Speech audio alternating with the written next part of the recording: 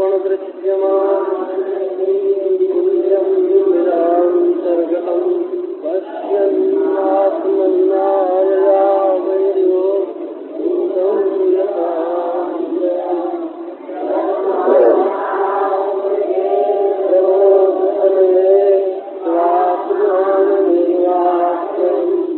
तस्मै श्री गुरुमूर्तये नमः।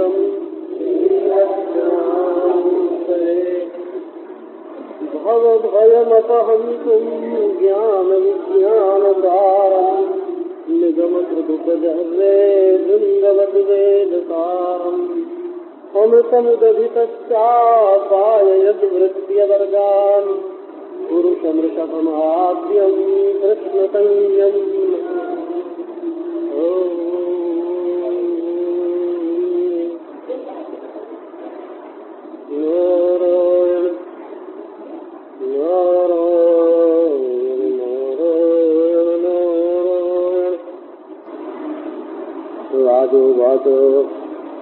कर्मयोगं वदतनः पुरुषो येन स्मृतः द्वितीयेहासु कर्माणि नैष्कर्म्यं विन्दते परम्। एवं प्रश्नमृषीन् पूर्वम् अपृच्छं पितुरन्तिके नाब्रुवन् ब्रह्मणः पित्राः तत्र कारणमुच्यताम्। भक्ति और ज्ञान में तो ये सामर्थ्य है ही कि वो कर्म के बंधन से छुड़ा दे। भक्ति कर्म का फल ईश्वर में भेज देती है और ज्ञान कर्म में कर्तापन और भोक्तापन को काट देता है। ये बात तो ठीक समझ में आती है। अब कर्म करते हुए भी कर्म के बंधन से कैसे छूटा जाए, ये एक प्रश्न है। दूसरा योग कि जहाँ जहाँ कर्म की निंदा आती है वहाँ वहाँ उसके फल में जो आसक्ति है उसकी निंदा आती है, अथवा काम्य कर्म की निंदा आती है। कर्म के साथ कामना हो तो कर्म निंदित है, और कर्म का फल हमको भोगना पड़े तो भी कर्म निंदित है। और यदि कर्म का फल हमें न मिले और कर्म के साथ कामना न हो और नित्य नैमित्तिक कर्म किया जाए, ज्यादा कर्म का पवारा न बढ़ाया जाए, तो कर्म से भी हम बहुत ऊंची गति प्राप्त कर सकते हैं। इसलिए कर्मयोग को जानना जरूरी है। अब राजा कर्मयोग के संबंध में प्रश्न करते हैं। कर्मयोगम वदतनः, हे नवयोगेश्वरो, आप हमें कर्मयोग का उपदेश कीजिए। कर्म से ही योग हो जाए, कर्म करते करते योग की प्राप्ति हो जाए। तो कर्मयोग में ऐसी क्या विशेषता है? तो पुरुषो येन संस्कृतः विधीयेहासु कर्माणि, जिस कर्मयोग के द्वारा संस्कार संपन्न होकर के पुरुष इसी जीवन में शीघ्र से शीघ्र सारे कर्मों को नष्ट कर देता है और परम नैष्कर्म माने ज्ञान की जो अवस्था है उसको प्राप्त कर लेता है। निवृत्ति के साथ जो ज्ञान है उस ज्ञान को प्राप्त कर लेता है। इसका क्या उपाय है? माने प्रसिद्ध ये है कि कर्म की निवृत्ति से ज्ञान होता है, संन्यास से ज्ञान होता है। अब क्या कोई ऐसा भी उपाय है कि कर्म करते भी रहे और ज्ञान हो जाए? क्योंकि बिना ज्ञान के तो अविद्या की निवृत्ति होगी नहीं और मुक्ति मिलेगी नहीं। तो कर्म करते करते ज्ञान हो, वो युक्ति बताओ। अब एक दूसरी बात और पूछते हैं। एवं प्रश्नमृषीन् पूर्वम अपृच्छं पितुरन्तिके, यही प्रश्न मैंने अपने पिता इक्ष्वाकु के सान्निध्य में ब्रह्मा जी के पुत्र सनकादित्य से किया था। आदि प्रकटे साक्षात अपरोक्ष होत्रम हवनम यज्ञ, साक्षात अपरोक्ष माने प्रकट रूप से विराजमान जो परब्रह्म आत्मा से अभिन्न, इसने जिसने प्रपंच का होम कर दिया है। जैसे आग में होम कर देते हैं तो होमी हुई चीज जल से भस्म हो जाती है, इसी प्रकार प्रगट परमात्मा ने जिसने प्रपंच का होम कर दिया उसका नाम आविर्होत्र। आदि माने प्रगट और होत्र माने होम। अब पहले दूसरे ही प्रश्न का उत्तर देते हैं कि जवाब क्यों नहीं दिया, क्योंकि दूसरा प्रश्न महात्मा के संबंध में है और पहला प्रश्न साधन के संबंध में है। तो महात्मा के प्रति अश्रद्धा न हो, इनके मन में जो ये बात बैठी हुई है कि उन्होंने जवाब क्यों नहीं दिया, पहले ये शंका मन में से निकल जाए तब साधन को समझने की योग्यता आएगी। क्योंकि मन में यदि अश्रद्धा बनी रहेगी महात्मा के प्रति तो साधन समझने की योग्यता ही नहीं आएगी। इसलिए पहले उस अश्रद्धा को मिटाने के लिए बताते हैं कि इस प्रश्न का उत्तर बड़ा कठिन है, इसलिए नहीं दिया। माने तुम्हारी समझ में उस समय तुम बालक थे, पिता के पास बैठ करके तुमने पूछा था तो और घर आए तो पूछा था, घर आए तो पूछा था, जाके नहीं पूछा था। और अपने पिता के पास पूछा था, इसका तुम नन्हे के बच्चे थे, तुम्हारी समझ में बात नहीं आती। और उस समय जितनी बुद्धि इस प्रश्न का उत्तर समझने के लिए होनी चाहिए थी उतनी तुम्हारे पास नहीं थी। तो कर्मा कर्म विकर्मेति वेदवादो न लौकिकः वेदस्येश्वरात्मत्वात् तत्र मुह्यन्ति सूरयः। बोले धर्म क्या है, अधर्म क्या है और धर्म को न करना क्या है, ये तीन विभाग है। हो जैसे संध्या वंदन करना अपना धर्म है, अग्निहोत्र करना धर्म है, और जुआ खेलना शराब पीना ये अधर्म है, और समय पर संध्या वंदन न करना, जो अपना कर्तव्य प्राप्त है पितृपक्ष आया और श्राद्ध न करना, बोले ये विकर्म है। अधर्म तो नहीं किया लेकिन धर्म से विगत हो गया, विगत धर्म किया, माने धर्म को अपने से दूर कर दिया, जो करने चाहिए था तो नहीं किया। तो ये तीन अवस्था हुई, एक तो धर्म करना, एक धर्म के विपरीत करना और तीसरे धर्म न करना, तीन अवस्था हुई। बोले इनमें से किससे क्या होता है ये बात समझने के लिए अकल से काम नहीं चलता है। वेद वादो न लौकिकः, ये कोई लौकिक प्रश्न नहीं है, ये वैदिक प्रश्न है। तो जब तक तुम वेद का स्वाध्याय नहीं कर लेते तब तक वैदिक प्रश्न तुम्हारी समझ में नहीं आ सकता। लौकिक क्या आपको सुना में लोग समझते हैं कि हम भाव पूर्वक कर्म करें तो बहुत बढ़िया हो गया। अब धर्म की रीति भाव को उत्पन्न करने के लिए कर्म किया जाता है, भाव उत्पन्न होने पर कर्म नहीं किया जाता। माने नवीन भाव संस्कृत भाव अपने हृदय में उत्पन्न हो गए, इसके लिए कर्म किया जाता है। ये बात आप ध्यान में रखो।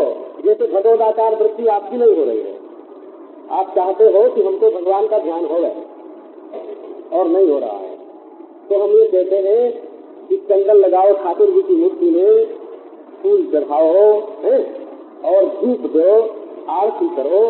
तब ये कर्म जब तुम करोगे तो ये कर्म करने से तुम्हारा भगवान का ध्यान लगने लगेगा, भगवत आकार वृत्ति होगी। अच्छा, अब तुम कहते हो कि जब हमारे भगवत भाव हो जाएगा तब हम भगवान की पूजा करेंगे, तो ये तो बात ही उलट गई। तो विधि पूर्वक जब कर्म किया जाता है, जैसे वेद में शास्त्र में लिखा है, जैसे गुरु ने बताया है, उसके अनुसार जब कर्म करोगे तब कर्म से संस्कार युक्त भावना हृदय में उत्पन्न होगी। विधि होती है भाव को उत्पन्न होने के लिए। तो शास्त्रीय कर्म जो किया जाता है वो शास्त्रीय भावना उत्पन्न होने के लिए किया जाता है। अच्छा, लौकिक कर्म जो है वो बिल्कुल उल्टा, वो क्या है, इससे उल्टा है लौकिक कर्म। क्या कि दुनिया की सब चीजें हमारी इंद्रियों से अनुभव में आती रहती है। तुमको मालूम है कि तुमको एक डंडा कोई मारे तो बहुत चोट लगती है। अच्छा, अब तुम दूसरे को अगर एक डंडा मारते हो तो उसको भी चोट लगेगी। तो तुमने जानबूझ करके उसको डंडा मारा है कि जैसे तुमको दुख होता है वैसे दुख हो गए, तो नियत तुम्हारी खब की तब डंडा मारा है। तो संसार की जो वस्तुएं हैं वो इंद्रियों से अनुभव होती है, इसलिए उनके बारे में पहले भाव रहता है, पीछे कर्म होता है। और शास्त्रगम्य जो फल है हिंसा मारने की नियत होगी तब हिंसा करोगे। एक सुख की प्राप्ति के लिए आदमी व्यभिचार करेगा, धन की प्राप्ति के लिए जुआ खेलेगा, है ना, क्योंकि उसको पहले से मालूम है कि ऐसा करने से ऐसा होता है। लेकिन शास्त्रों से गम्य जो फल है, स्वर्ग की प्राप्ति कैसे होती है, ब्रह्मलोक कैसे मिलता है, ईश्वर की प्राप्ति कैसे होती है, तो ये बात तो लोक में तुमने कभी अनुभव करके देखा है? तो नहीं किया है। तो इसलिए यहाँ कर्म से नियत बनाने के लिए ये कर्म किए जाते हैं। भाव से कर्म होते हैं लोक में। कोई अच्छी भावना है और उनकी भावना अच्छी थी, नियत अच्छी थी, और काम में कोई गलती भी हो गई तो माफ कर दे। लेकिन धर्म की जो भावना होती है और तो भी ऐसा फल प्राप्त करना है, स्वर्ग पाना है, ब्रह्मलोक में जाना है, अविद्या की निवृत्ति जिससे हो गए ऐसा अंतःकरण बनाना है, ईश्वर का दर्शन करना है, तो वो फल तो तुमने कभी इंद्रियों से अनुभव करके देखा ही नहीं है कि कैसे मिलता है। तो उस शास्त्र से जाने जाने वाले फल की प्राप्ति के लिए जब शास्त्र की रीति से कर्म किया जाता है तब भावना की उत्पत्ति होती है, और वो उत्पन्न भावना जो है वो कल्याणकारी होती है। इसलिए महाराज स्वर्ग कहीं इंद्रियों से स्वर्ग में प्राप्त होता है कि नहीं प्राप्त होता है? तो शास्त्र ने बताया कि स्वर्ग नाम की एक चीज होती है, मिलती है। तो जब शास्त्र के कहे तुमने स्वर्ग माना, तब स्वर्ग की प्राप्ति के लिए शास्त्र जो उपाय बतावे तो करना चाहिए। मनमाने उपाय से स्वर्ग की प्राप्ति नहीं हो सकती है, उसके लिए शास्त्र ही एकमात्र जो है जो उपाय है। तो वेद वादो न लौकिका, ये धर्म अधर्म और धर्म त्याग, ये तीनों चीज वेद की चीज है, वेद की वस्तु है, ये लौकिक प्रमाण पर आधारित नहीं है। तो भाई जब आग में घी डालना है तो दाहिने हाथ से नहीं डाला, बाएं हाथ से डाल दिया तो क्या हर्ज है? बोले नहीं भाई, दाहिने हाथ से घी डालोगे तब होम होगा, बाएं हाथ से डालोगे तो होम नहीं होगा। बोले इसमें कौन सी युक्ति है? तो ये युक्ति से काम चलने वाला नहीं है। बोले गाय के घी से धर्म पैदा होता है तो भैंस के घी से क्यों नहीं होता? और भैंस के घी से होता है तो डालडा से क्यों नहीं होता? है ना। बोले ये सारी की सारी शास्त्र की बात है, ये केवल होम की क्रिया से संबंध नहीं है, वो तो फल ही शास्त्र गम्य है, इसलिए साधन हमेशा शास्त्र गम्य होता है। तो वेदस्य चेतरात्मत्वात् तत्र मुह्यन्ति सूरयः। और वेद जो है, हमारे पहले ऐसा अभिमान था अपने मन में हो कि सनातन धर्म की जितनी क्रिया है ना, वो वेद में वैसा करने के लिए जो कही गई है वो सबके पक्ष में युक्ति है और सबके पक्ष में अनुभव है। तो कोई बात अपन सनातन धर्म की पहले कटने नहीं देते थे। तो ये तो जब से समझो वेदांतियों में ज्यादा रहना सहना होगा ना, तो कोई कैसे होते हैं, कोई कैसे होते हैं, कोई कैसे होते हैं, तो उनका सत्संग चलता रहे, वो ब्रह्म का विचार करते रहे। अगर इन सब बातों से विचार में लग जाएंगे तो विचारों के मनन में निधिध्यासन में बाधा पड़ेगी, तो इसलिए ज्यादा उनके बीच में इसकी चर्चा नहीं करते हैं। वेदस्य ईश्वरात्मत्वात्, और वेद जो है वो ज्ञान रूप है, इसलिए ईश्वर रूप है।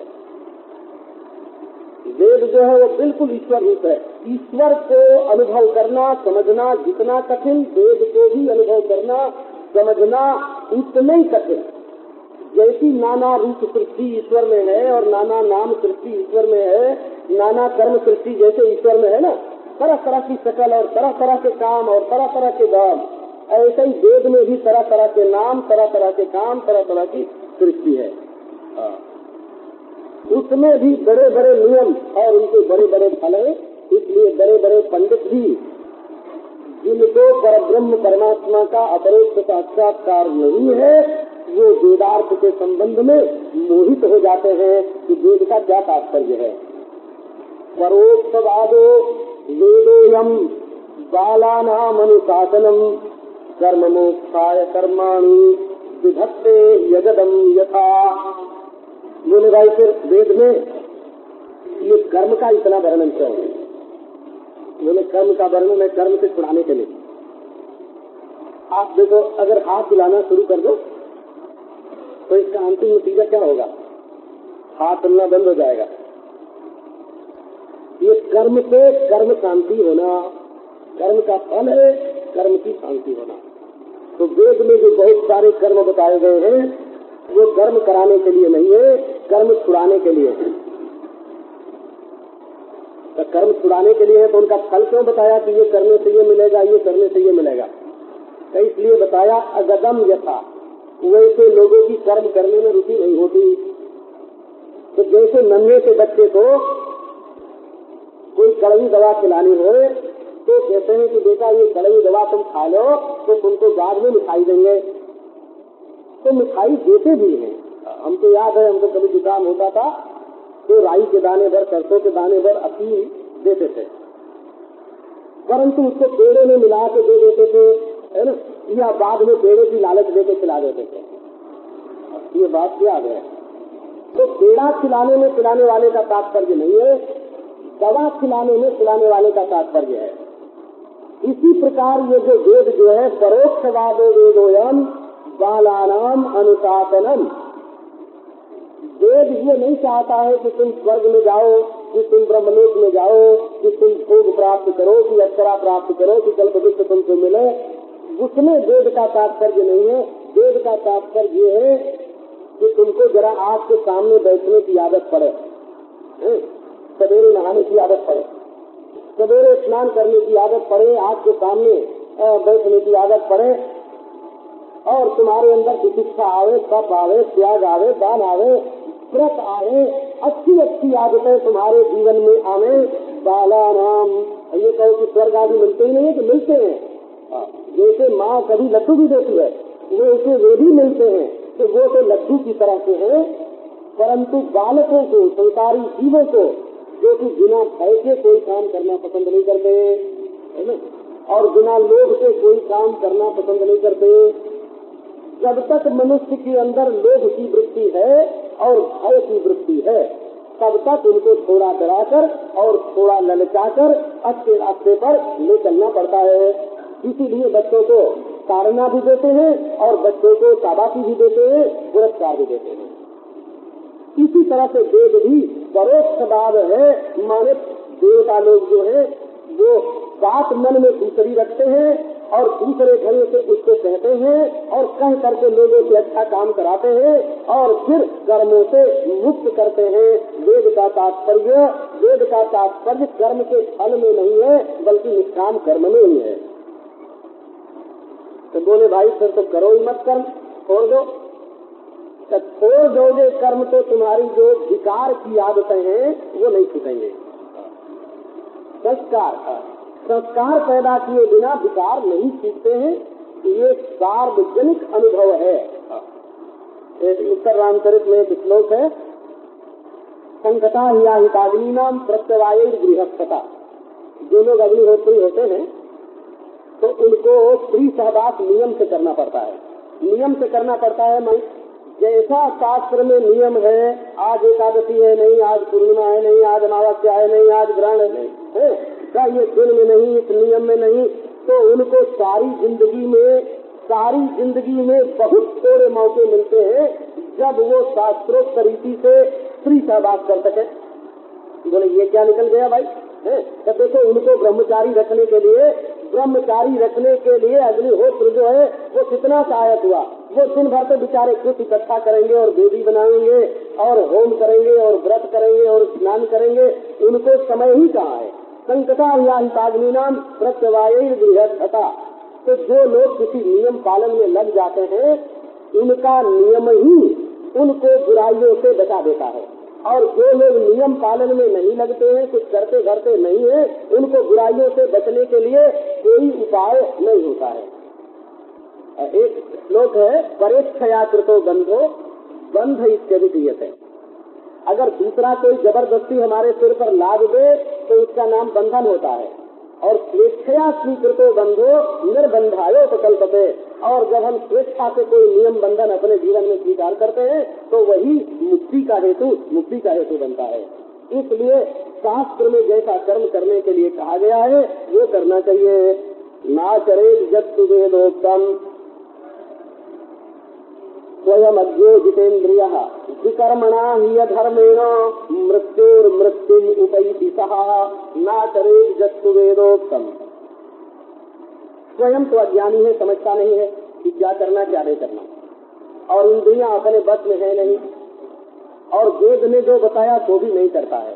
अब देखो ना, ये तो बिल्कुल एक तो अज्ञानी शराब पी करके बेहोश, और दूसरे हाथ पांव चंचल, और तीसरे दूसरे की बात मानता नहीं। गृहित मुनि बात रख तापे बीती मार साहु की आयो गारुनी कहूँ कौन उपचार। अब कौन दवा काम दे? अपने तो बुद्धि नहीं, अपनी तो बुद्धि काम नहीं देती, और इंद्रियां अपने बस में नहीं, और वेद ने जो कहा हुआ है तो करते नहीं। लोग पूछते हैं कि वेद ने जो कहा हुआ है तो क्यों करें? बोले भाई तुम्हारे बाप करते थे, दादा करते थे, परदादा करते थे, तुम भी करो। बोले कि नहीं हम क्यों करें? तो उनसे पूछो कि क्यों न करें।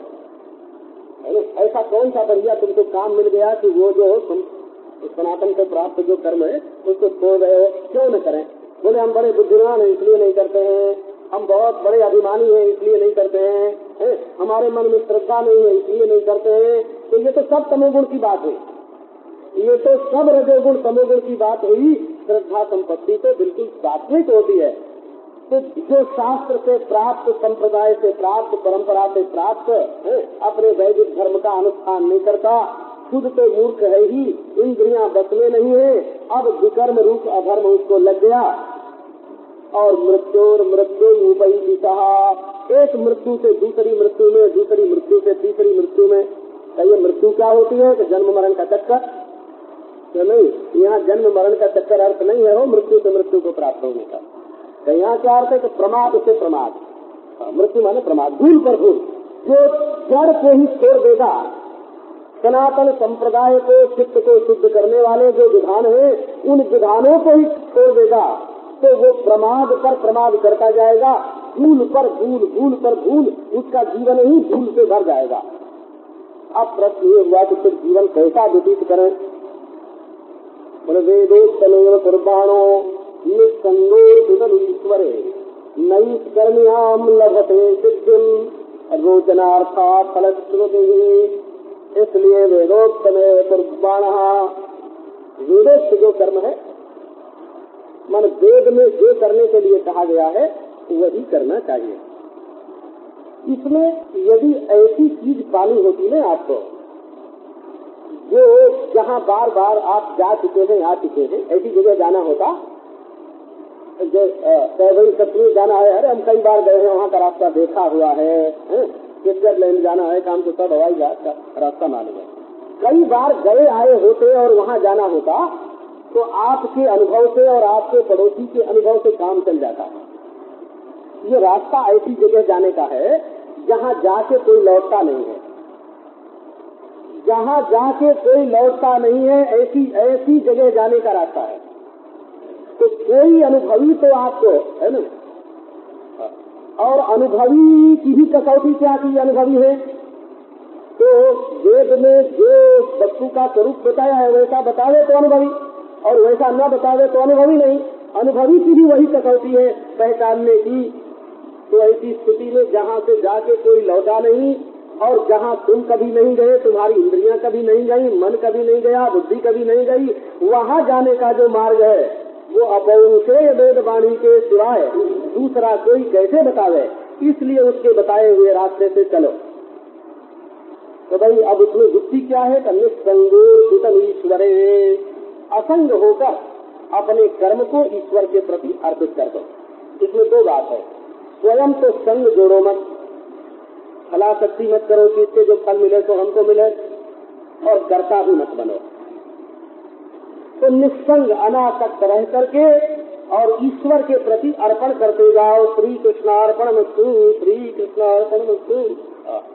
इससे क्या होगा कि नैष्कर्म्याम लभते सिद्धिं, संन्यास से, कर्म की निवृत्ति से जिस सिद्धि की प्राप्ति होती है, संन्यास इसमें आ गया ना। क्या संन्यास आ गया? कि असंगता संन्यास का धर्म हो गया। ये तो असंगता तो आत्मधर्म हो गया। और अर्पित ईश्वर क्या हुआ? तो वहाँ जो समझते थे कि प्रकृति कर रही है, प्रकृति कर रही है, वहाँ ये सब का सब ईश्वर में चला गया। अब नैष्कर्म सिद्धि की प्राप्ति होती है। बोले फिर वो फलश्रुति क्या होगी कि ये मिलेगा ये मिलेगा। बोले रोचनार्था फलश्रुति, वो तो तुमसे कर्म करवाने के लिए, रोचित करने के लिए, जैसे इनाम की घोषणा करते हैं ना। अब ये घोषणा की गई है कि भारतीय भाषा में, है ना, हिंदुस्तान की किसी भाषा में जो सर्वोत्तम ग्रंथ एक साल में लिखा जाएगा ना, उसको 1 लाख रुपया इनाम मिलेगा, है ना। तो अब हर साल 1 लाख रुपया, हर साल 1 लाख रुपया, हर साल रोचनार्था फलश्रुति। इसका मतलब यह है कि बड़े जो विद्वान हैं, बुद्धिमान हैं, अनुभवी हैं, उनके मन में अब लिखने की प्रेरणा जागृत होगी। वो कहेंगे भाई वो 5,000 के लिए तो नहीं लिखते थे, 2,000 के लिए नहीं लिखते थे, पर 1 लाख का नोबेल पुरस्कार जब आ गया तब अब उनके मन में लिखने की प्रेरणा जागृत होगी। तो रोचनार्था फलश्रुति का ये जो ये मिलेगा है, वो तो रोचनार्थ है। असल में तो ग्रंथ में तात्पर्य है जो ऐसा निकले। अब वैदिकम कर्मयोगम उक्त्वा तांत्रिकम आह, इस तरह वैदिक कर्मयोग का वर्णन करके अब पूजा संबंधी जो कर्मयोग है, भगवत पूजा संबंधी, वो कर्मयोग बताते हैं। य आसु हृदय ग्रंथिम निर्दिहीर्षु परात्मनः विधिनोपचरेत् सेवं तंत्रोक्तेन च केशवं लब्धानुग्रहाचार्यात् परस्यैव ततः आत्मनः जीवस्य हृदय ग्रंथिम अहंकार बंधाम निर्हर्तुमिच्छुः पुरुषः। असल में है तो परब्रह्म परमात्मा ही। ये जो आत्मा है ये कोई दूसरा नहीं, बिल्कुल परब्रह्म परमात्मा है। इसी को तो शंकराचार्य भगवान ने पूर्व पक्ष बना करके वेदांत दर्शन प्रारंभ किया है। बोले यदि हम विवेक करेंगे कि हम देह नहीं है, मन नहीं है, प्राण नहीं है, बुद्धि नहीं है, जागृत स्वप्न सुषुप्ति नहीं है, तो हमको आत्मा का अनुभव हो जाएगा। वेदांत प्रारंभ करने की जरूरत क्या है? ये पहली बात है, पहला वाक्य वेदांत दर्शन का यही है। तो हम स्वयं अपने अहम का अनुभव कर लेंगे कि अहम जो है वो सत है, चित है, आनंद है। इसमें वेदांत विचार की क्या जरूरत? वो बोले कि नहीं जरूरत है। अपने को तुम सच्चित आनंद जानो भी, परंतु ब्रह्म न जानो कि मैं अद्वितीय हूँ, अविनाशी हूँ, परिपूर्ण हूँ, मेरे सिवाय दूसरा कोई नहीं है ना। यदि अपनी अद्वितीयता को न जानो तो सबसे अलग अलग जानने से भी ब्रह्म ज्ञान नहीं हुआ। अलग अलग जानने से ब्रह्म ज्ञान नहीं होता है, अद्वितीयता के ज्ञान से ब्रह्म ज्ञान होता है। और अद्वितीयता तो बिना भेद के, बिना वेदांत के, बिना महावाक्य के अद्वितीयता का ज्ञान तो होता ही नहीं। कोई कारण ही नहीं है, कोई उपाय नहीं है उसके लिए। तो फिर क्या करना? जीव भाव मिटना चाहिए। जीव भाव कैसे मिटे? अहंकार का बंधन कैसे कटे? कई अहंकार का बंधन यदि तुम काटना चाहते हो कि जल्दी से जल्दी ये हृदय की गांठ खुल जाए। असल में हृदय ग्रंथि है ये डॉक्टर लोग कहते हैं ना कि ग्रंथियां होती है शरीर में। किसी के शरीर में काम की ग्रंथि विशेष होती है, क्रोध की ग्रंथि होती है, लोभ की ग्रंथि होती है। तो ये हृदय ग्रंथि क्या है? का हृदय ग्रंथि है देह और आत्मा की एकता की एक गांठ पड़ गई है। अपने स्वरूप को ठीक ठीक न जानने से, अपने स्वरूप को न जानने से इस देह में मैं पने की एक गांठ पड़ गई है। यह और मैं की एक गांठ हो गई है। जो यह है तो मैं नहीं, जो मैं है तो यह नहीं है। परंतु मैं यह नहीं है, ये बात कैसे मालूम पड़े? कि जब मैं को ब्रह्म जानोगे, तो मैं को ब्रह्म न जानने के कारण यह के साथ मैं की एक गांठ पड़ गई है। वो गांठ कैसे कटेगी? का मैं को ब्रह्म जानने से। तो यदि कोई चाहे कि जल्दी टूट जाए वो गांठ, तो विधिनोपचरेत् सेवं तंत्रोक्तेन च केशवम्। तब उपासना शास्त्र में परमात्मा की उपासना के लिए जो विधि बताई गई है, उस विधि से ही भगवान की आराधना करनी चाहिए। घी जरूर लगा हुआ है, माने वैदिक विधि से भी करना और उस विधि से भी करना। तो कैसे पूजा कैसे करना, ये बात बताते हैं। लब्धानुग्रहाचार्यात् तेन संदर्शितागमः महापुरुषमभ्यर्चेन मूर्त्याभिमतयात्मनः। पहली बात यह है कि आचार्य की, गुरु की कृपा प्राप्त हो। अनुग्रह की प्राप्ति हो गए। माने जो इष्ट तुम्हारा है परमानंद की प्राप्ति, वही इष्ट हम तुम्हें प्राप्त करा देंगे, ऐसा संकल्प गुरु के मन में भी आ जाए। आचार्य का अनुग्रह, एक तो अनुग्रह होता है, अनुग्रह होता है अपने साधन का शिष्य में संचार करना।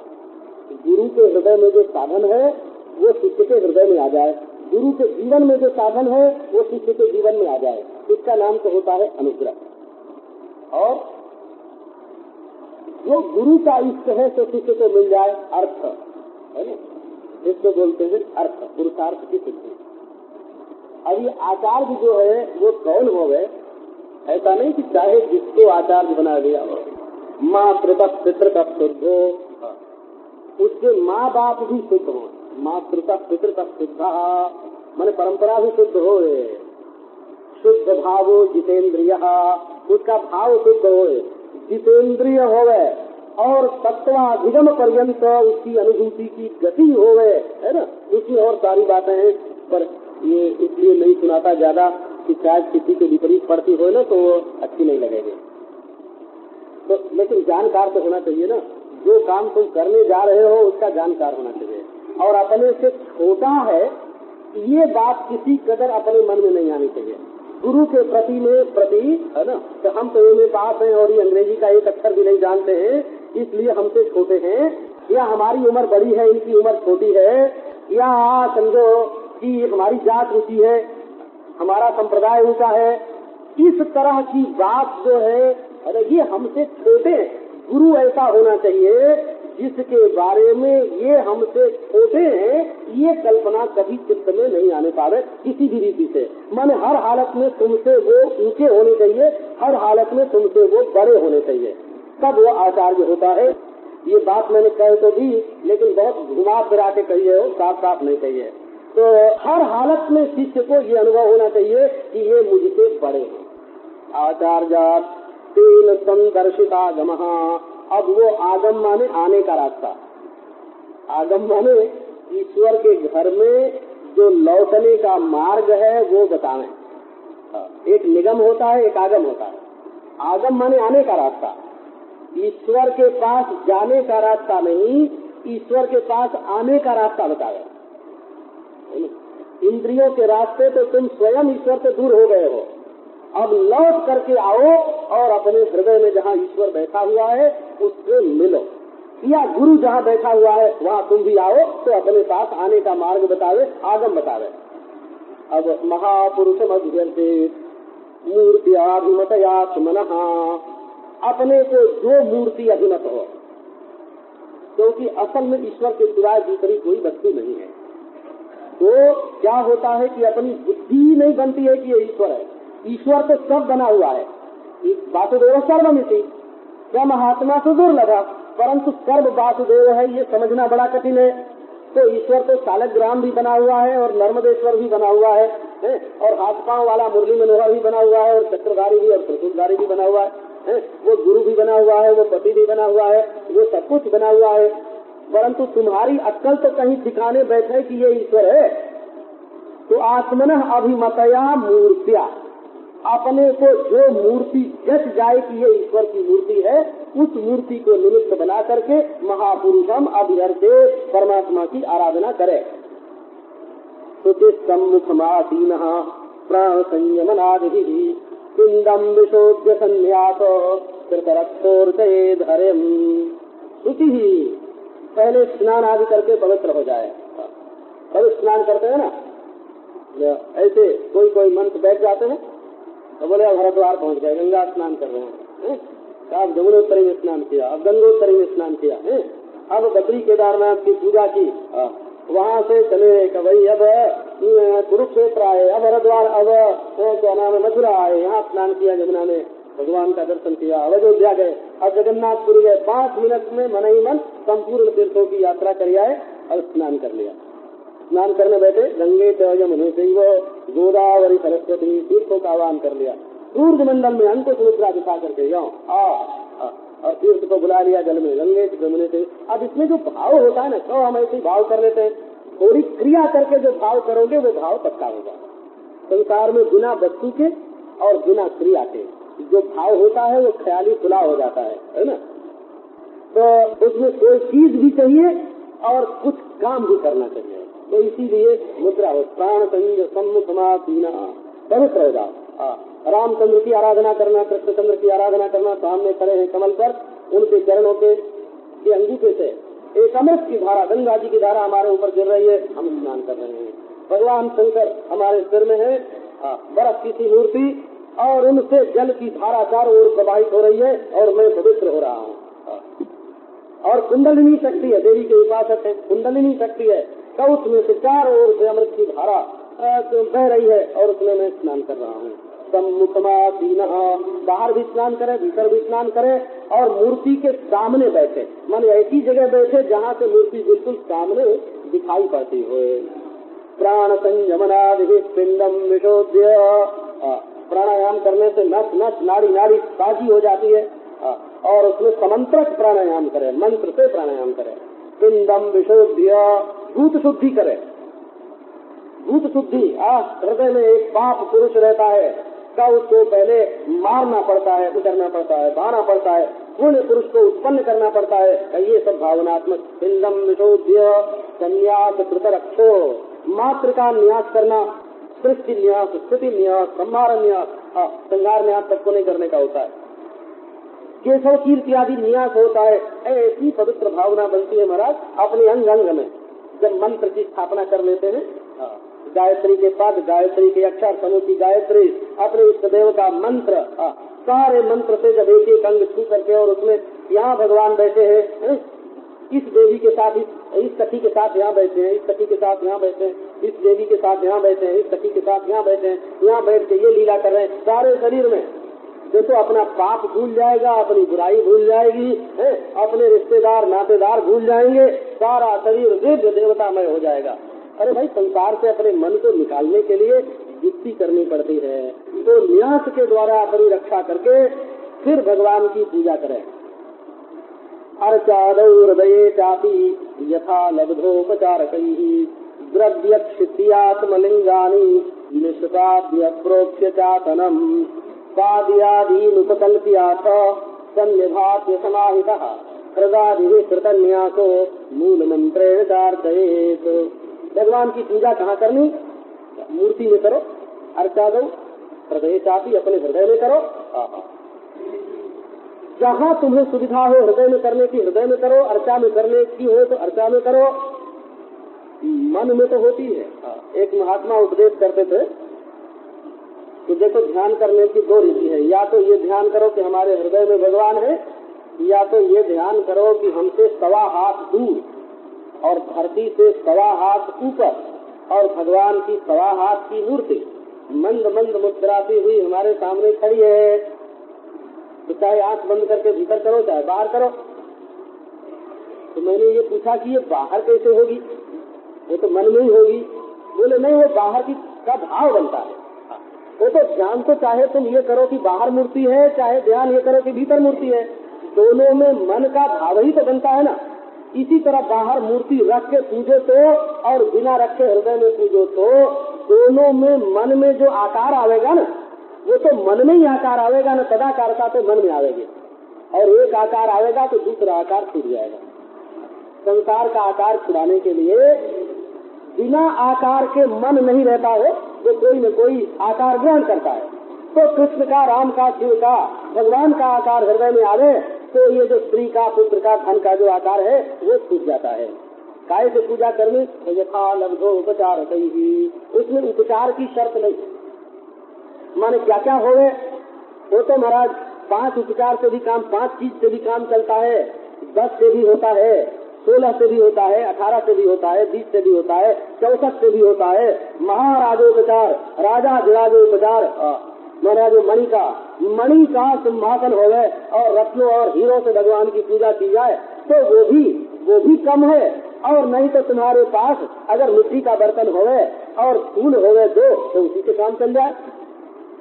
द्रव्यक्षित्यात्मलिंगानि निष्पाद्य प्रोक्ष्य चासनम, पहले पूजा की सामग्री इकट्ठी करके शुद्ध कर लेना चाहिए, धरती भी साफ कर लेना चाहिए और शरीर को भी स्वच्छ बना लेना चाहिए, और जो भगवान की मूर्ति है उसको भी स्वच्छ बना लेना चाहिए, और आसन को शुद्ध कर लेना चाहिए, और फिर पाद्य कैसे देना, अर्घ्य कैसे देना, ये सब सीखना पड़ता है ना। जैसे रोटी बनाना घर में सीखते हैं कि नहीं सीखते हैं, तो वैसे अगर ये विश्व क्रांता, श्वेत क्रांता, ये पुष्प जो ये काले काले सफेद सफेद फूल होते हैं, अपराजिता, अक्षत है, चंदन है, दूर्वा है, इनको अर्घ्य में लेते हैं, पाद्य में लेते हैं, इनके सत्य विधान होते हैं, मधुपर्क होता है। ये सब ठीक ठीक कल्पना करके फिर भगवान से ये प्रार्थना करना कि प्रभु आ जाओ, इस मूर्ति में आकर के बैठो और एकाग्र चित्त हो जाए कि भगवान आ गए, भगवान आ गए, आ गए भगवान, बैठे मूर्ति में भगवान। ये मूर्ति नहीं है, साक्षात भगवान है। गंध माला अक्षर फूल, धूप दीप भेद सांगम संपूज्य विधिवत सवई स्तुत्वा नमेद हरिम। और सांगोपांग मूर्ति की पूजा करके हृदय आदि जो उनके अंग हैं, सुदर्शन आदि उपांग हैं, और उनके जो पार्षद विश्वसेन आदि हैं, उन सब के द्वारा उनकी पूजा करके हृदय कृत निष्पाद पाद्यादीन उपकल्प्यातो सन्निधाप्य समाहिता हृदय कृत न्यासो मूल मंत्रेण चार्चयेत्। अपने शरीर में न्यास जैसे करते हैं वैसे मूर्ति में भी न्यास होता है और मंत्र का जप होता है। उनके अंग जो है हृदय आदि, उपांग जो है सुदर्शन आदि, और उनके जो पार्षद है विश्वसेन आदि, जैसी जैसी मूर्ति है, मधुसूदन मूर्ति है, वामन मूर्ति है, दामोदर मूर्ति है, उनके उनके जो मंत्र हैं, पाद्य अर्घ्य आचमनीय स्नान वस्त्र भूषण गंध माल्य अक्षत पुष्प धूप दीप उपहार, इनकी भली भांति अंग सहित पूजा करके विधिवत और स्तुति करके फिर भगवान को प्रणाम करे। आत्मानं तन्मयं ध्यायन् मूर्तिं संपूजयेत् हरे शेषामाधाय शिरसा स्वधाम निर्वाच्य तत्कृताम्। जब पूजा कर ले तब अपने को भी तन्मय ध्यान करे, तन्मय ध्यान करे। जैसे हृदय में भगवान की पूजा की, बोले अब भगवान ही भगवान है, मैं नहीं हूँ, मेरे हाथ नहीं पाँव नहीं है ना, मेरा ये शरीर नहीं, अब तो बस मेरी जगह पर भगवान ही बैठे हैं, मैं उनमें मिल गया, अब वही वही है, मैं नहीं हूँ। देखो कितनी पवित्रता आती है। काम क्रोध लोभ मोह संसार के जितने विकार है ना, वो इस पवित्र मूर्ति के पास नहीं आते हैं। ऐसे भगवान की पूजा करनी चाहिए। और जो बच रहे उसको सिर से लगा करके, जो निर्माल्य हो गए पूजा करने के बाद जो बचे उसको सिर से लगा करके और बड़े सत्कार के साथ भगवान को अपने स्थान पर विराजमान कर देना चाहिए।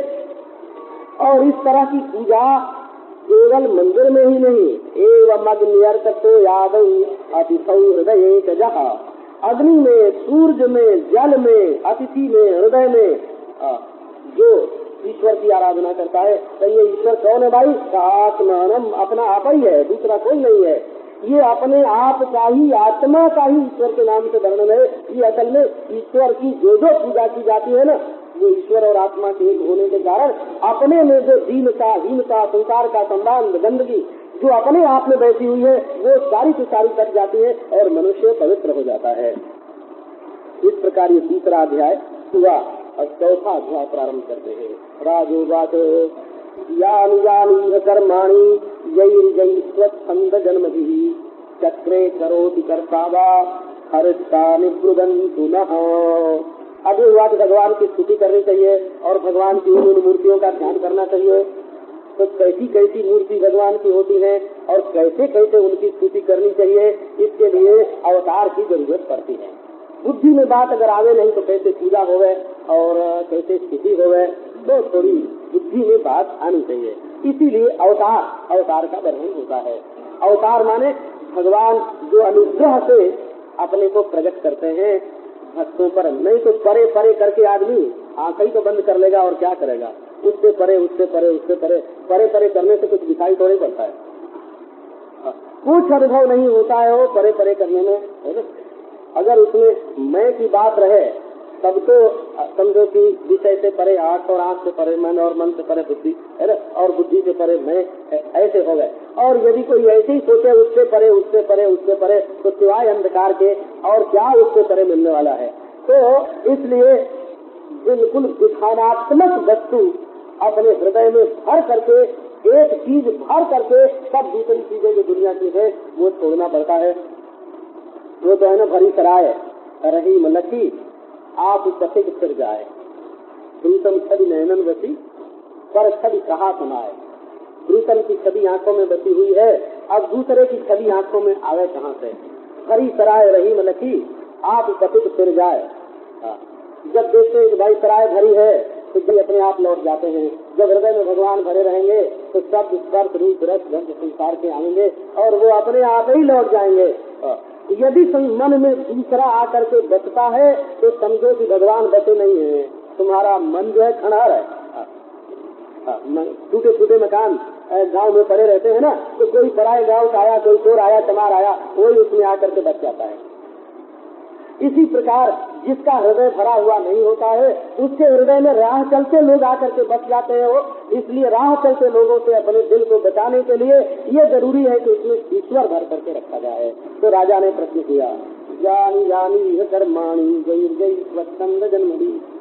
भगवान जो जो कर्म जो जो लीला करते हैं और जिन जिन स्वच्छंद जन्मों के द्वारा, स्वच्छंद माने भक्तों के अधीन, युवा माने भक्त और छंद माने अधीन। तो भगवान जन्म क्यों लेते हैं? तो भक्तों की इच्छा के अनुसार जन्म लेते हैं। उनको कोई सकल सूरत पोशाक ग्रहण करने में कोई संकोच नहीं है। तो क्यों? तो वो जानते हैं कि सकल सूरत पोशाक की कोई महिमा नहीं है, भक्ति की महिमा है। तो भक्त कहते हैं कि आज महाराज आप मछली वाली पोशाक धारण करो, आज कछुआ वाली करो। तो भक्तों के कहने से भगवान वैसी पोशाक, हरी पोशाक पहनो, पीली पोशाक पहनो, क्योंकि पोशाक में उनका आग्रह नहीं है। वो तो स्वयं जो है सो है, ये काहे के लिए करते हैं? भक्तों पर कृपा करते हैं। तो चक्रे करोति कर्तावा, जितनी लीलाएं भगवान ने की है, करते हैं, ये आगे करेंगे भगवान। तो उन्होंने राजा ने पूछा कि आप हमको उनका वर्णन करके सुनाइए। इस पर द्रुमिल नाम के योगेश्वर बोलते हैं। द्रुम माने पेड़ होता है, वो वृक्ष। द्रुम जिससे बनता है ना, ये द्रुम शब्द है ना, द्रुम माने वृक्ष, इसी का द्रुव होता है। एक द्रुव शब्द संस्कृत में है, वो वृक्ष के लिए होता है। तो जो द्रुव के नीचे मिले माने वृक्ष के नीचे जो बैठे, उसका नाम होता है द्रुमिल। माने अधिष्ठान रूप से ये संसार रूप जो वृक्ष है, इसके नीचे अधिष्ठान रूप से विराजमान जो ब्रह्म है, उस ब्रह्म से जिसको ऐकात्म्य प्राप्त है, उसका नाम द्रुमिल। या अभिन्न निमित्तोपादान कारण रूप से विवर्ती रूप से जो संपूर्ण प्रपंच से मिला ही हुआ है, जैसे रज्जु प्रतीयमान सर्प से मिली हुई है, वैसे ही जो इस प्रतीयमान प्रपंच से मिला हुआ है, उसका नाम होता है द्रुमिल। अब वो बोले, जो वा अनंत गुणानंतान अनुक्रमिष्यन सतुकाल बुद्धि रजांति भूमेर गणयेत कथंचित कालेन नैवासल तत्वधामनः।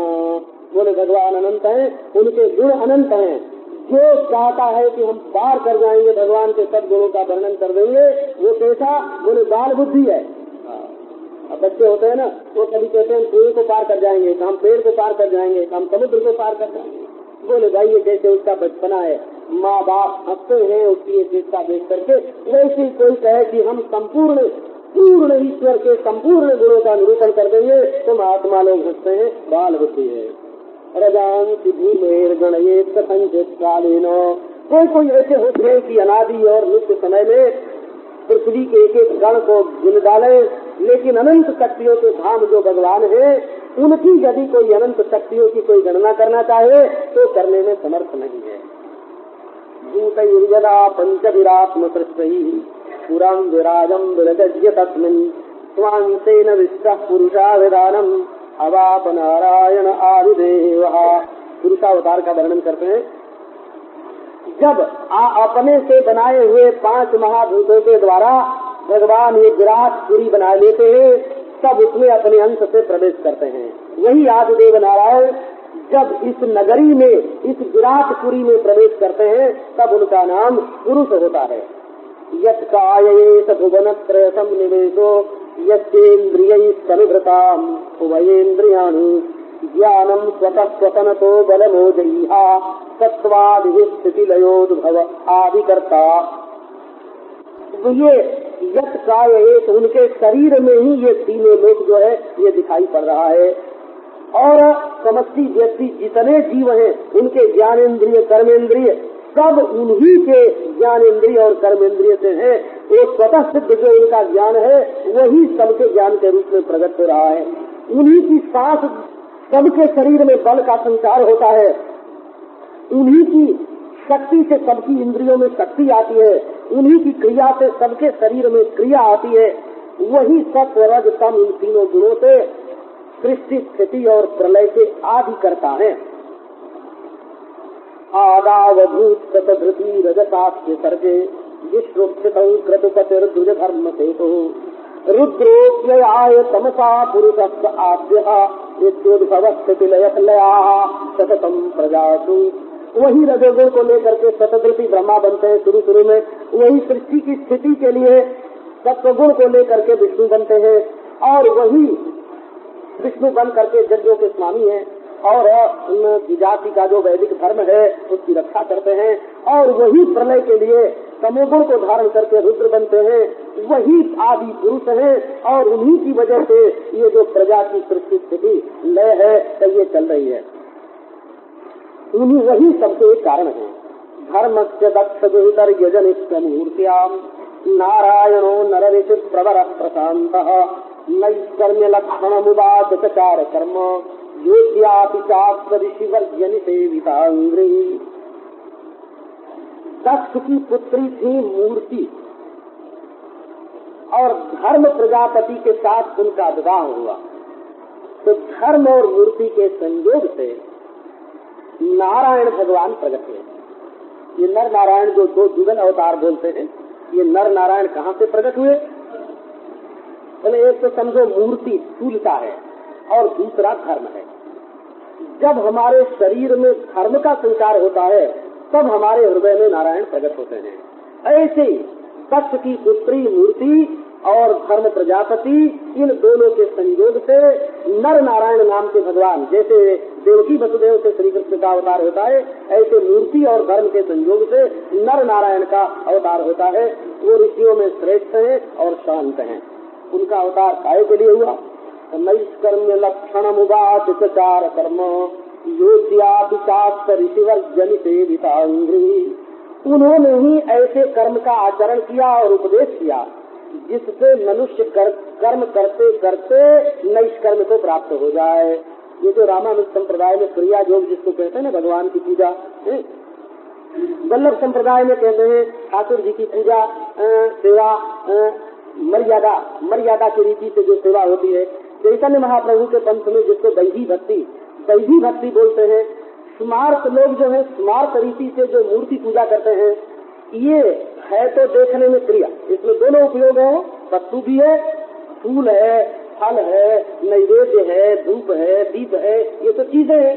और उनमें कभी आरती करनी पड़ती है, कभी घंटी बजानी पड़ती है, कभी धोना पड़ता है, नहलाना पड़ता है, क्रिया भी है।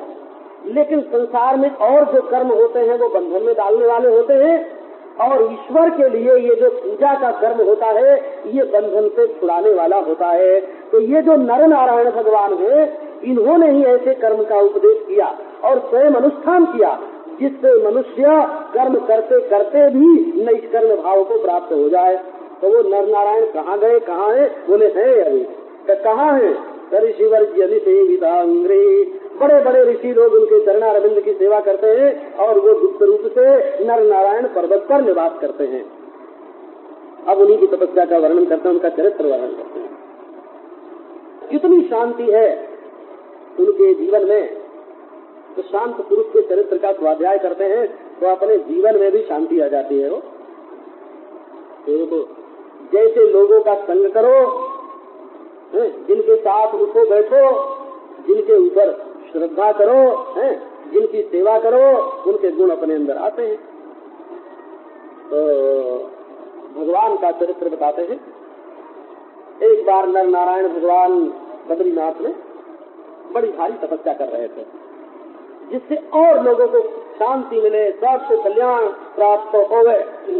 क्षेमाय स्वस्तये नृणाम, मनुष्यों के कल्याण के लिए और स्वस्ति के लिए वो तपस्या करते हैं। तो महाराज इंद्र के मन में शंका हुई।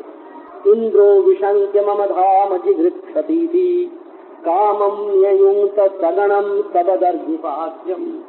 इंद्र के मन में शंका हुई, क्योंकि जिसके लिए जो चीज महत्वपूर्ण होती है ना, वो यही समझता है कि हमारा ये कोई छीन के न ले जाए। उसके मन में उसी के छिन जाने की शंका होती है।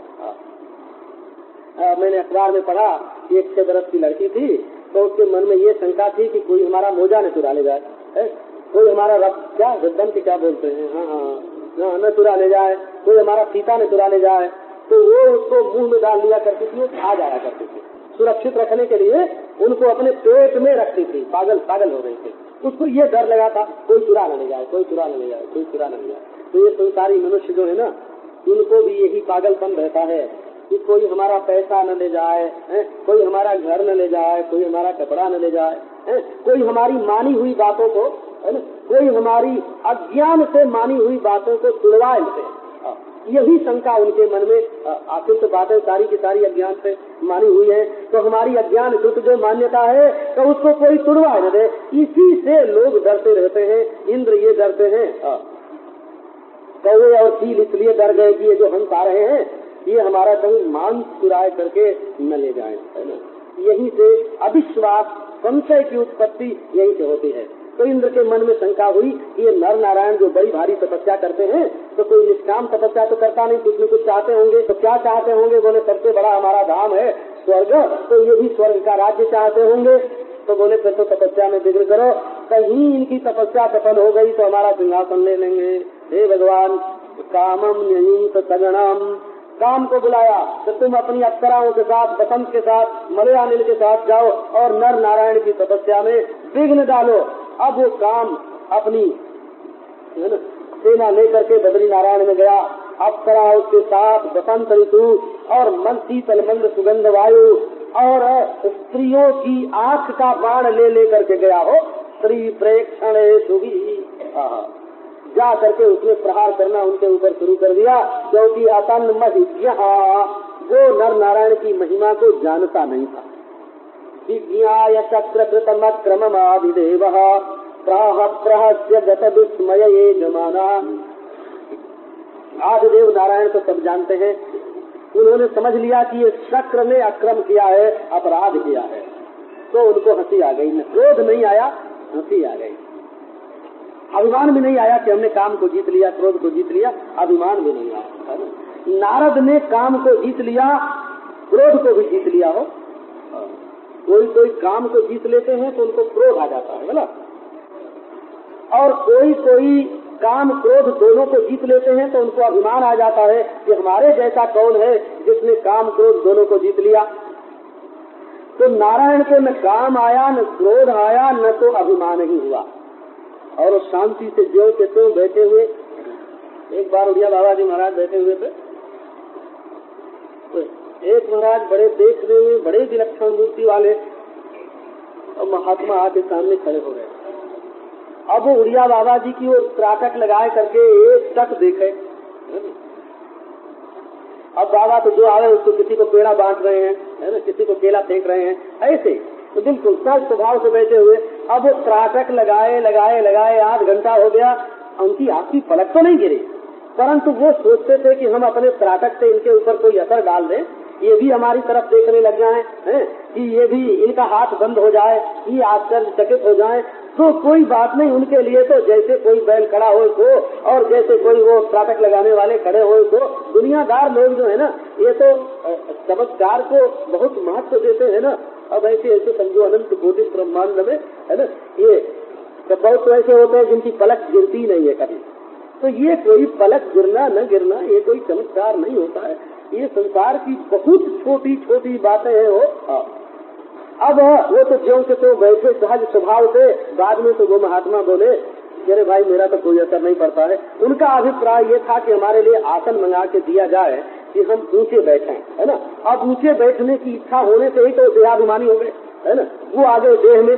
अब उस महात्मा के पास जो देह छोड़ करके बैठा हुआ है धरती पर, है ना, उसके पास ऊंचे आसन पर बैठने की जब इच्छा हुई तो वो तो देह में अभिमान हुए बिना ऊंचे आसन पर बैठने की इच्छा ही कहाँ पे होगी। तो वो तो जब देह में आए तभी कट गए, वो तो उसी समय कट गए जब उन्होंने देह के साथ मैं जोड़ करके अपने को उनके सामने रखा, उसी समय उनके सामने कट गए। तो ये महाराज स्वसहज स्वभाव रूप से बैठे हुए माँ भैर विभो हंस गए, हंस के बोले कि अरे वो कामदेव, वो मलयानिल, वो अप्सराओ, डरो मत, है ना, गृहिणी तनो बलिमसून्यमिनम कुरुध्वम, हम तुम्हारी भेंट पूजा देंगे, तुम्हें स्वागत सत्कार करेंगे, हमारे घर में रहो। बहुत दिनों से हम एकांत में तपस्या कर रहे हैं, तो हमारा आश्रम सुना सुना हो रहा था, तुम लोग घर आ गए तो अब कुछ दिन तक चाल पाल रहेगी, कुछ मेहमान घर में रहेंगे, बहुत अच्छा, अब यहीं रहो। इत्थम्ब्रुवत्यभयदे नरदेव देवा सव्रीड नम्र शिरसः सगृणं तमुषु नैतद्विभो त्वयि परे विकृते विचित्रम् स्वाराम धीर वितरात् नतपाद पद्मे। जब इस प्रकार हे नरदेव वे नारायण नर नारायण भगवान अभय दान करके कहने लगे, तब तो जो देवता आए थे कामदेव बसंत मलयानिल अप्सराएं, शर्म के मारे सबका सिर झुक गया। वे दयालु प्रभु से बोले, हे विभो हे प्रभु, आप निर्विकार हैं, बड़े बड़े आत्मा राम धीर पुरुष आपके चरणारविंद में नमस्कार करके तत्व ज्ञान की शिक्षा प्राप्त करते हैं। आपके लिए ये कोई आश्चर्य की बात नहीं है कि इस तरह से काम क्रोध लोभ सब पर विजय प्राप्त करने के बाद और आप हम लोगों को अपने घर में अतिथि बनाना चाहते हो, स्वागत सत्कार करना चाहते हो। स्वाम से गताम सुरकृता बहवोन्तराया स्वौतो विलंघ्य व्रजता परमं व्रजतां पदन्ते नान्यस्य बर्हिषि बलीन् ददतस्वभागान् भक्ते पदं त्वमविता यदि विघ्नमुहुर्मुहुर्। जो लोग अग्नि में होम करते हैं, यज्ञ जाग आदि करते हैं, उनको तो कोई विघ्न नहीं आता, आते हैं लेकिन गाय के खुर के गड्ढे में डूब जाते हैं। तो वो क्या है, बोले देखो भूख है, प्यास है, बुढ़ापा है, मृत्यु है और वायु है, प्राणवायु है, जिह्वा है, मूत्रेंद्रिय है, इन सबको जीतना बड़ा मुश्किल, ये अपार समुद्र है, इसमें बहुत लोग डूब जाते हैं। लेकिन कई लोग ऐसे होते हैं जो हम सबको काम क्रोध आदि को सबको जीत जाते हैं, काम आदि को जीत जाते हैं। लेकिन ऐसे लोग देखने में आते हैं जो क्रोध के बस में हो जाते हैं, काम को तो जीत गए और क्रोध के बस में हो गए। बोले क्रोध कैसा, कभी फलत है। अगर काम से हारते तो भोग तो मिलता कम से कम, लोभ से हारते तो धन तो मिलता कम से कम। चलो एक चीज तो दुनिया की मिल जाती, काम से हारते तो भोग मिलता, लोभ से हारते तो धन मिलता। ये तो महाराज क्रोध से हार गए। का क्रोध कैसा का विफलस्य। क्रोध से हारोगे तो क्या करोगे, दुश्मन को मारोगे, उसमें क्या फायदा है। दुश्मन को मारने से तुमको कौन सा भोग मिल गया कि कौन सा धन मिल गया। और जो तपस्या जो की हुई थी वो और क्रोध के मारे वो तपस्या भी दुष्कर तपस्या वृथोत्सर्जन्ते, बड़ी भारी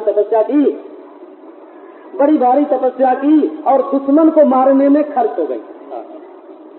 कहते हैं कि एक आदमी ने बचपन में, मैंने वो जो बच्चों की किताबें होती है ना उसमें पढ़ा था, एक आदमी ने बड़ी भारी तपस्या की कि हम जो इच्छा करें तो पूरी हो जाए। तो एक देवता प्रकट हुआ, उसने कहा अच्छा भाई वर मांगो। बोले हम जो चाहें तो हो जाए। तो जो चाहोगे तो सब नहीं हो सकता है, लेकिन 3 इच्छा तुम्हारी पूरी हो जाएगी। गिन लो, 3 बार जो इच्छा करोगे तो पूरी हो जाएगी, ये वर तुमको देते हैं।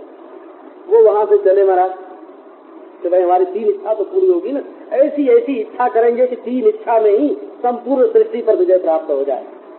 अब आए महाराज, धूप थी, खूब गर्मी लगी और पसीना हुआ।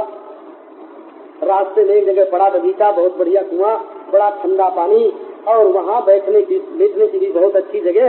तो देख करके बगीचा बड़े खुश हुए, स्नान किया, जल पिया, कुछ खाया पिया और खा पी के थोड़ा आराम से लेट गए।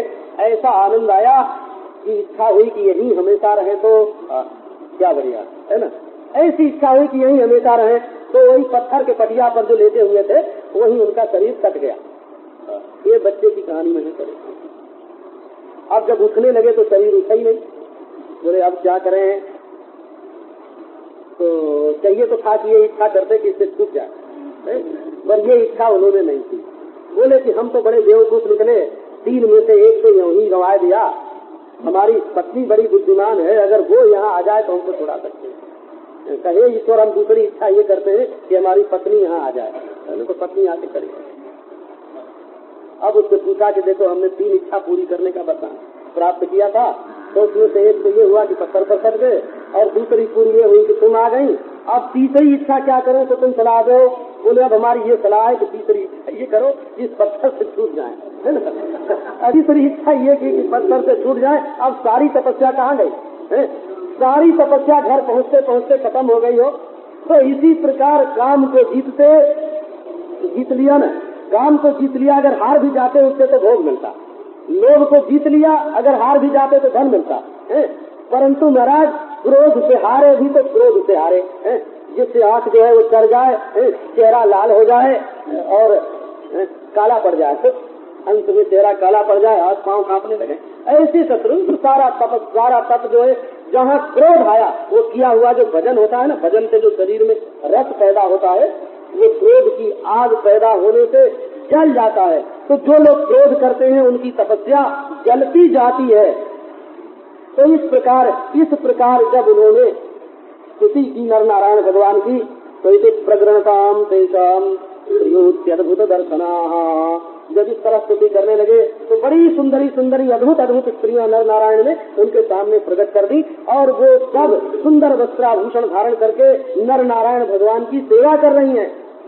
अब ते देवानुचरा दृष्ट्वा प्रिय स्त्री रूपिणी ही गंधे न मुहुस्तासाम रूपौदार्य। जब उन देवताओं ने देखा, देवानुचरों ने, कि ये तो एक एक स्त्री ऐसी है नर नारायण के पास जो लक्ष्मी के समान रूपिणी है, और ऐसी सुगंध निकल रही है कि बेहोश हुए जा रहे हैं, उनके रूप और उदारता के सामने ये कुछ है ही नहीं। अब वे सब सिर झुका करके खड़े हो गए। तब देव देवेश नारायण ने हंसते हुए उनसे कहा, ताना देव देवेश प्रणतान प्रातन्यव आसाम एक तमाम बृंध्वम सवर्णाम स्वर्ग भूषणम। देव देवेश ने कहा, अरे तुम लोग शर्माओ मत, हंसने लग गए। बोले अच्छा, हमारे पास जो ये बड़ी सुंदरी स्त्रियां हैं, इनमें से एक तुम पसंद कर लो अपने धन की, और इसको तुम स्वर्ग में ले करके जाओ, वो स्वर्ग का भूषण बनेगी, स्वर्ग का श्रृंगार बनेगी। ओ नित्यादे समादायो नत्वा तम सुरबंधना। अब वो जो देवताओं के सेवक हैं, भगवान का आदेश ओम कह करके उन्होंने स्वीकार किया, नमस्कार किया, और उर्वशी नाम की जो श्रेष्ठ अप्सरा है उसको ले करके आगे करके वो स्वर्ग में गए।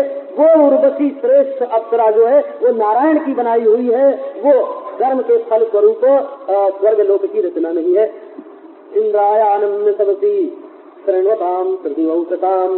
जा करके भरी सभा में इंद्र को नमस्कार किया। संपूर्ण देवताओं के सामने नारायण के बल का उन्होंने वर्णन किया। अब तो इंद्र जो है वो आश्चर्यचकित विस्मित हो गए। हो नर नारायण की तपस्या का ऐसा प्रभाव है। तो भगवान की जब पूजा करनी हो तो ऐसे भगवान निष्काम है, निष्क्रोध है, निरभिमान है, ऐसी विलक्षण सृष्टि बनाने वाले हैं। इस प्रकार भगवान के बारे में सोचोगे तो तुम्हारे हृदय का दोष भी दूर होगा और भगवान की पूजा भी होगी।